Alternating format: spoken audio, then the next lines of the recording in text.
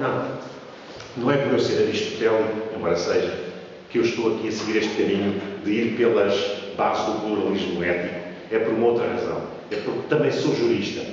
E os juristas aprendem nos seus cursos muito rapidamente que o direito e a justiça têm a ver com uma vontade perpétua e constante. Isto é aristotelismo puro. Vontade perpétua e constante. Quer dizer que nada está adquirido.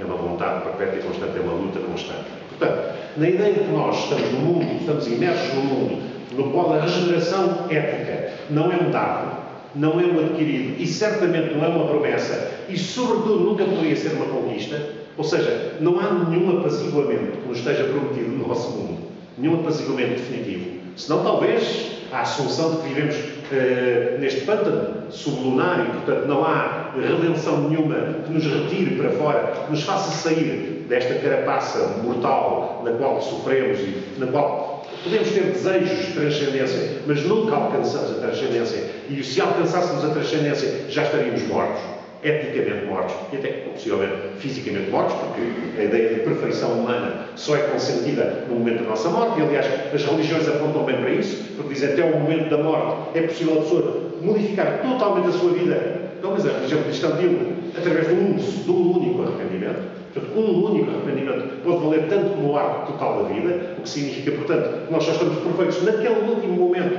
em que nos perfizemos, em que terminamos o nosso arco existencial. Portanto, dizia eu, é em nome desse reconhecimento de uma contaminação ineradicável da condição humana que eu opto por debruçar apenas pela vertente do pluralismo ético e não do monismo ético ou daquela ideia centrípeta do iluminismo, embora eu seja extremamente simpatizante das razões pelas quais os iluministas tentaram travar esse bom combate de chegarem a uma legiferação universal das condições de moralidade. Simplesmente esse projeto é um projeto com os seus perigos, como o século XX o demonstra.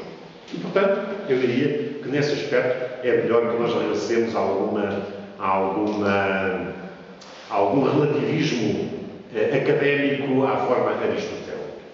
E aqui vejo algumas vertentes para nós justificarmos esse pluralismo ético. Começando pelo relativismo ético, que é a ideia de que como é que vamos encontrar um cânon ético? Não é possível.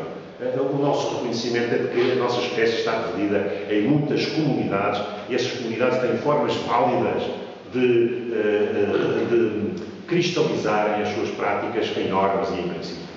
Isso é inteiramente válido e há uma questão de respeito. Isto não quer dizer que não haja uma fronteira para trás da qual não se deve recuar em termos de relativismo ético.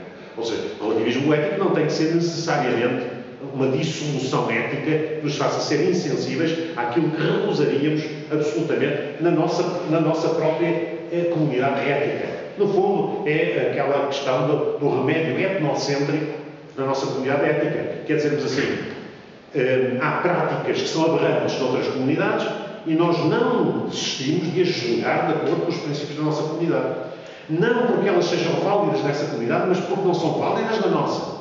E nós não queremos ser sujeitos a ter que assistir ao espetáculo degradante de outras comunidades que invocam apenas o facto de serem outras comunidades para perpetrarem aquilo que na nossa comunidade não seria aceito. Estas são condições mínimas para que exista legislação penal, por exemplo.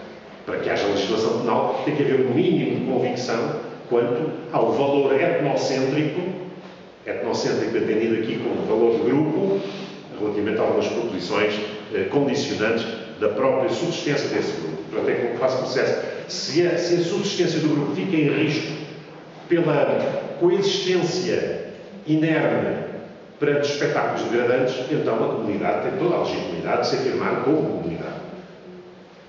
Isso significa que ela vai triunfar na imposição dos seus valores? Não. Muitas vezes significa apenas que ela se vai envolver num conflito, que vai entrar em guerra, que vai ter ingerência humanitária, como hoje se diria. Vai tentar, pela força, resolver aquilo que devia ser resolvido por uma pacificação harmónica. Isso é totalmente ilegítimo? Não é ilegítimo. Mas isso não conflitua com a ideia de que a vitória numa guerra por ingerência humanitária seja a vitória da redenção pela espada, como defendia Santo Agostinho. Não. O matar um infiel pela espada não o torna cristão. Apenas o torna morto. Santo Agostinho estava bem intencionado e estava a tentar resolver um problema que era um problema grave, que era o problema dos infiéis morrerem felizes. E, portanto, era preciso redimi-los no último momento, e redimi-los no último momento era matá-los com uma espada cristã, e que os cruzados tivessem esses símbolos da espada. Mas nós hoje não aceitamos isso. Aceitamos que seja possível erradicar a violência e o sofrimento no mundo, mas que isso não se faça à custa de uma violência mental de imposição de valores que possivelmente nada têm a ver com visões do mundo que são respeitadas. Outra questão é o ceticismo, número 2, o ceticismo, diríamos assim, epistémico, que é, há proposições éticas, elas são diversas, e agora vamos revalidá-las todas, vamos reavaliá-las todas, vamos fazer um inventário delas e vamos refundamentá-las todas de acordo com cânones de validação, que a essa altura as tornem, por exemplo, que permitam uma transição entre a lógica alética, a lógica de valores de verdade, para uma lógica deôntica. Eu sei que há centenas ou milhares de pessoas que do mundo fora tentam fazer essas transições. Mas acho que aqui é útil e é salutar lembrarmos do tal problema da falácia naturalística. Há algum valor a ter essa denúncia ou essa advertência quanto à impossibilidade de transição do ser para o dever ser, e acho que aqui é importante que se faça, neste sentido que há muitos valores cuja força pode ser observada independentemente de algum grau de persuasão nacional. E, portanto, as pessoas vivem como vivem, e a maior parte das pessoas vivem vidas santas, como o gato do Fernando Pessoa, precisamente porque não foram persuadidas, e precisamente porque nunca pensaram nisso. No momento em que começam a pensar nisso, começam a estragar a sua naturalidade, a sua espontaneidade, e começam a sair do seu próprio paraíso existencial. Dirão, essas vidas não analisadas, como diria Sócrates, não têm qualquer mérito. E aquilo que demarca a espécie humana em relação às outras espécies, deslegava Sócrates, enfim, sabia o que sabia, é o timbre diferenciador da espécie humana, não apenas porque outras espécies têm alguma capacidade reflexiva, como sobretudo há muitos membros da nossa espécie que não têm, desgraçadamente, capacidade reflexiva. E nós não os rejeitamos da nossa espécie. Há deficientes profundos que não têm capacidade nenhuma e que pertencem à nossa espécie. Quer dizer, portanto, que a nossa espécie não se define por isso. Mas mesmo que ela tivesse essa capacidade reflexiva até ao extremo, podemos sempre admitir que haja alguma expulsão da espontaneidade. Enfim, se me permitem novamente esta visão muito parcelar de um cristão, eu diria que uma boa parte das bem-aventuranças e do Sermão da Montanha tem a ver exatamente com isso. O apelo a uma certa necessidade de desaprendizagem daquilo, de uma espécie de uma arrogância luciferina, faustiana, que nos faz procurar razões inautênticas fora de nós, como se a nossa bondade espontânea e infantil não bastasse para levarmos uma vida boa. Depois temos o ceticismo antropológico. Enfim, pus aqui ceticismo, talvez pudesse dizer pessimismo antropológico, que é alguma dúvida de que seja possível comunicar ao todo da humanidade alguma fasquia mínima de conduta moral exigida. É claro que o direito tem que cortar o direito, passa a redundância, não é? O direito não pode compadecer-se destas dúvidas e, portanto, tem que presumir o conhecimento da lei, tem que presumir alguma imputabilidade moral, etc, etc, mas a ética aqui é muito mais sensível.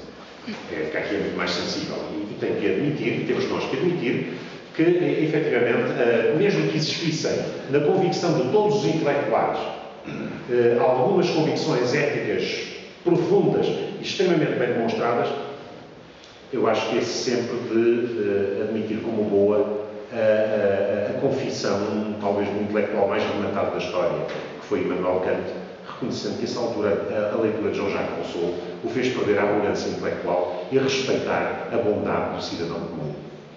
Kant não tinha na sua casa, que era muito austera, não tinha um único retrato, senão o retrato de Jean-Jacques Rousseau. E ele insistia, na sua correspondência, que Jean-Jacques Rousseau é que tinha feito apreciar as virtudes do homem comum, isto é, as virtudes do homem pouco sofisticado, porque a pouca sofisticação, possivelmente, é a medida da virtude. E então, a pergunta que se segue é, onde é que colocamos a fasquia da exigibilidade de uma conduta ética, mesmo que ela pudesse ser universalizada? É um pouco contraditório com a proposição de uma ética totalmente intelectualizada. Depois, o chamado casuísmo localista. Temos que admitir que haja, uma vez por outra, episódios históricos que se insinuam no DNA de civilizações e que ali permanecem. É um bocadinho como no próprio no próprio ADN, ou DNA da espécie humana, quando se decifra um genoma completo, descobriu-se que há lá, por exemplo, muitos vírus extra-humanos que entraram no filão genético hereditário da espécie humana e que influenciaram, portanto, nós hoje somos como somos, também por choques como os planetas que têm assim umas características por impactos de asteroides. Nós também, na nossa evolução, apanhamos com alguns asteroides, designados por vírus, que se insinuaram no nosso DNA. Mas também no DNA ético de muitas civilizações, há sim umas salvaguardas. Por exemplo, nós olharmos para o nosso direito civil, nós vemos, por exemplo, que em matéria de contratos rurais, contratos agrários, há uma série de impedimentos, há uma série de salvaguardas que, se nós não soubermos nada de história, não fazem qualquer sentido. Mas a liberdade contratual? Não. É que no nosso DNA ainda está o trauma das soluções feudais, da exploração feudal da terra. E, portanto, muitas cautelas não têm qualquer relevância hoje, mas nós não queremos que se levante sequer o fantasma, o avatar de velhas formas da exploração fundiária ou de servidão que nós associamos a momentos que, com a maior injustiça, deve-se dizer, pelo nosso registro histórico, são atribuídos à Idade Média, com a maior injustiça, em alguns casos, enfim, também podemos admitir que há algum fundo de verdade nisto, mas que, de qualquer maneira, nos traumatizaram civilizacionalmente. Portanto, sei lá, por exemplo, no processo penal, não é? Porque é que se dá tão pouco valor à confissão, do desrespeito? É porque nós temos, no nosso DNA civilizacional, temos salvaguardas absolutas contra a tortura e contra a obtenção de forma de prova confessional através de tortura. E, portanto, tudo isso tem que ser levado em conta para termos algum respeito por alguns elementos idiosincráticos